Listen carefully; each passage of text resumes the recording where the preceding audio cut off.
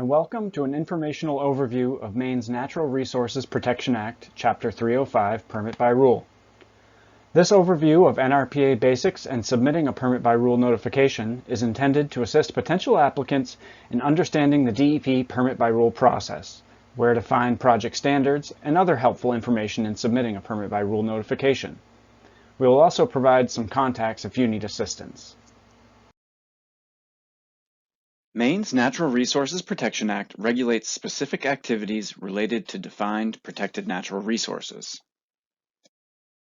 These protected resources include river, stream, or brook, which are all lumped together, lakes or great ponds, freshwater wetlands, coastal wetlands, including sand dunes, and significant wildlife habitat. Significant wildlife habitat includes tidal waterfowl and wading bird habitat, inland waterfowl and wading bird habitat, significant vernal pools, and others.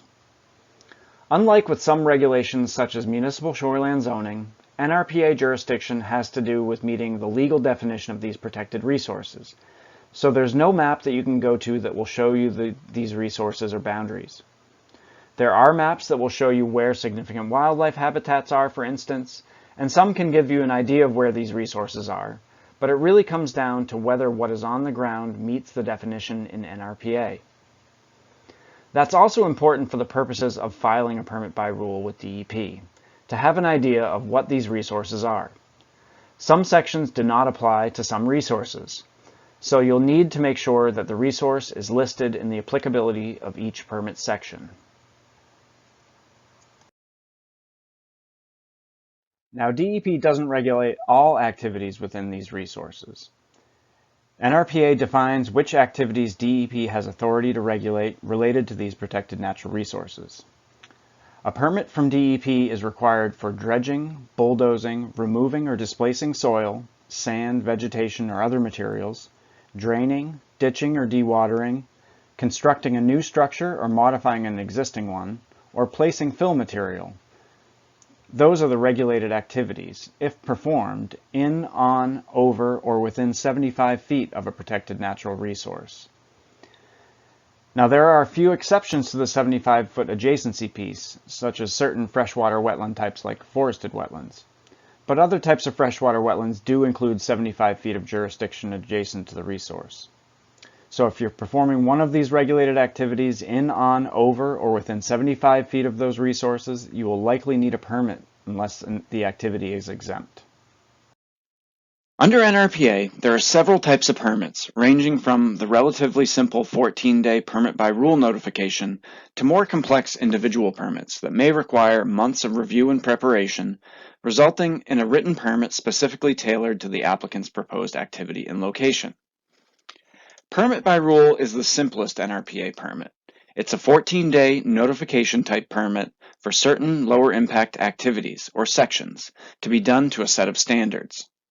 The 14-day clock starts after the department receives the fee and the permit by rule application form, which is now done through email. These standards are outlined in Chapter 305, and each numbered section of Chapter 305 relates to a specific activity. Permit by rule only applies to organized areas of the state, and in unorganized townships, contact the Maine Land Use Planning Commission. There are no permit by rule sections for wetland fill or alterations, so those need to be looked at under the tier permit process. Tier 1, 2, and 3 are wetland alteration permits, and the amount of review, submissions, and need for mitigation depend on how much alteration will be performed and to what resource. A Tier 1 permit can be used for freshwater wetland impacts up to 14,999 square feet in area. Tier 2 permits are for freshwater wetland alterations above Tier 1 but below an acre. And Tier 3 is for freshwater wetland alterations above 1 acre or for alterations to other natural resources besides freshwater wetlands, such as coastal wetlands, and also for any activity that doesn't qualify for permit by rule. In many ways, it makes a lot more sense to do your best to make a project fit permit by rule standards first.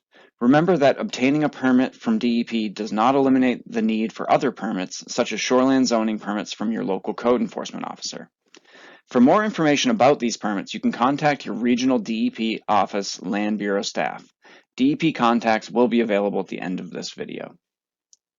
Here's how permit by rule works. As you already know, it's organized into numbered sections which each represent a certain type of activity.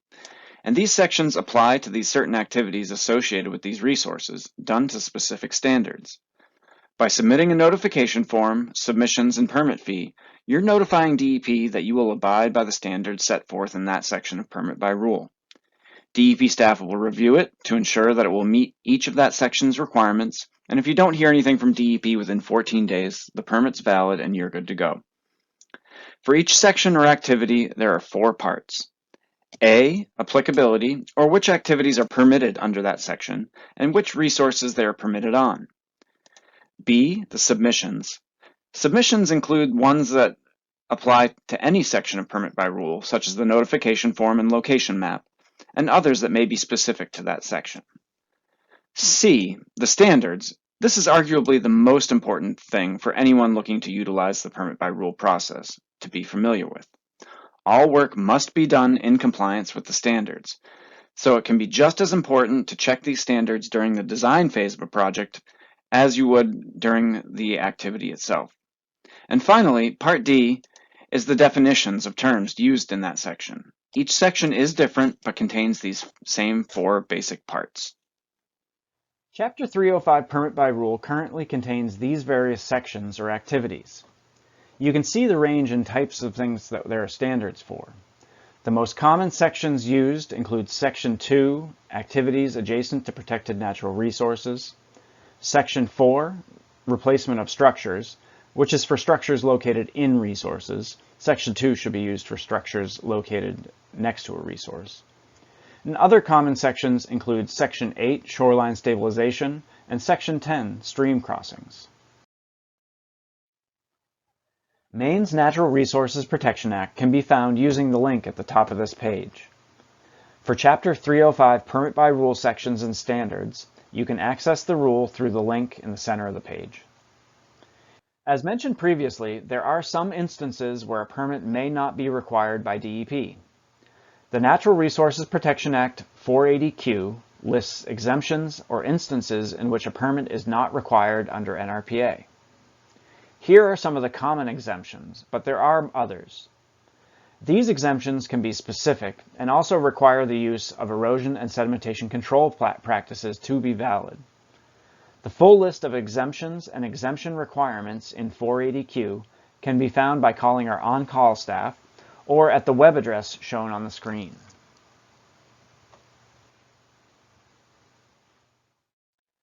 So after we've gone over all the requirements of the section of Permit by Rule and your project doesn't fit, what do?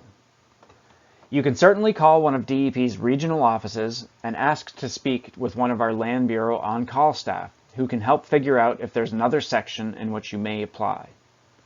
If your project just can't be performed under Permit by Rule, your options are to try and change the scope of work to fit it under one of the Permit by Rule sections, or a different permit may be needed. Remember that wetland alteration impacts need to be done through tier permits. If your project doesn't meet certain applicability or Permit by Rule standards, an individual permit may be necessary. Maine DEP, Land Bureau, Field Services, and Enforcement staff may be able to assist you with permitting, resource identification and field determinations, and other related technical assistance such as erosion and sedimentation control practices. Staff are assigned by town and located in regional offices. DEP also has staff from each regional office knowledgeable in these regulations and permitting that can assist you by phone. On-call staff are available each workday to answer any questions you may have about these regulations. Field visits can also be requested through DEP's Land On-Call system. If you have questions about the Natural Resources Protection Act or Permit by Rule, please give us a call. You'll find the toll-free numbers on your screen. For the Southern Maine Regional Office located in Portland, call 1-888-769-1036. For the Central Maine Region and Maine Office, call 1-800-452-1942. The Eastern Maine Regional Office, located in Bangor, is 1-888-769-1137. And the Northern Maine Regional Office in Presque Isle can be reached at 1-888-769-1053. At this point, let's take a look at what's in the form and how to fill it out. To begin, log in to your MELS account. If you need help creating an account or retrieving a forgotten password, refer to the Creating an Account and Retrieving a Forgotten Password guide on the MELS Hub. Once logged in, select Start a New Form. Next, select I want to start a new application. Then, choose Begin on the Land Licensing Consolidated Application option. At this step, you will either create a new site or link an existing site to your profile.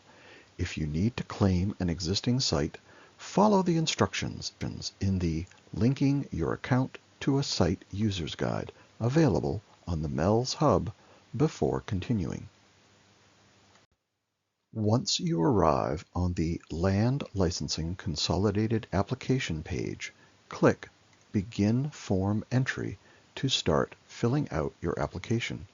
Keep in mind that this step may take up to 1 minute to load. Your application includes 9 sections, and you will need to answer multiple questions in each section. It is possible that some sections will require information that you have not yet collected. MELS will save your progress, and you can return to the application later to complete it. The first section relates to stormwater construction activity. Based on your answers to the questions in this section, MELS will indicate whether your project also qualifies for a stormwater permit by rule. Once you have responded to all the questions in this section, continue to the project scope.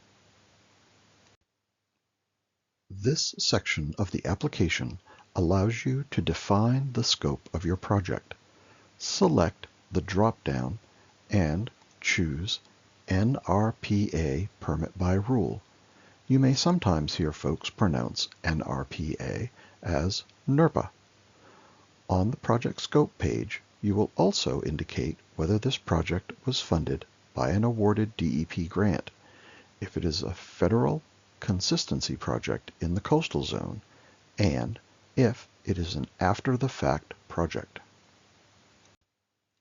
Continue to the Applicant section to enter information about the applicant, including whether they are an individual, organization, or municipality. Continue to the Agent section to indicate whether an agent is representing you on this project. Continue to the Project Summary section. Provide a project name in the top box. To assist us with consistent communication around your application, if your project already has a name, please enter that name. If not, please write one that briefly describes your project.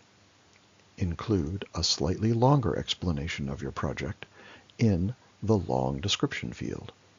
Please note, the entered project name will be publicly available on the MELS Map Explorer tool. Continue to the Project Location section. Please provide information about your project location, including address, directions, tax map and lot numbers, and size. Continue to the NERPA Permit by Rule section. Select all permit sections that you are notifying under. In this section, you will also have to submit the public notice filing and certification form and other forms depending on the sections you are notifying under. For more information on submitting an application through MELS, access the MELS Hub and navigate to the desk guide titled submitting a land license application, PBRs, NERPA, stormwater, site law, and solar decommissioning. Once you've completed all above sections, proceed to the Fee Total section. As of this recording, in May 2025, the current fee for permit by rule notifications is $256.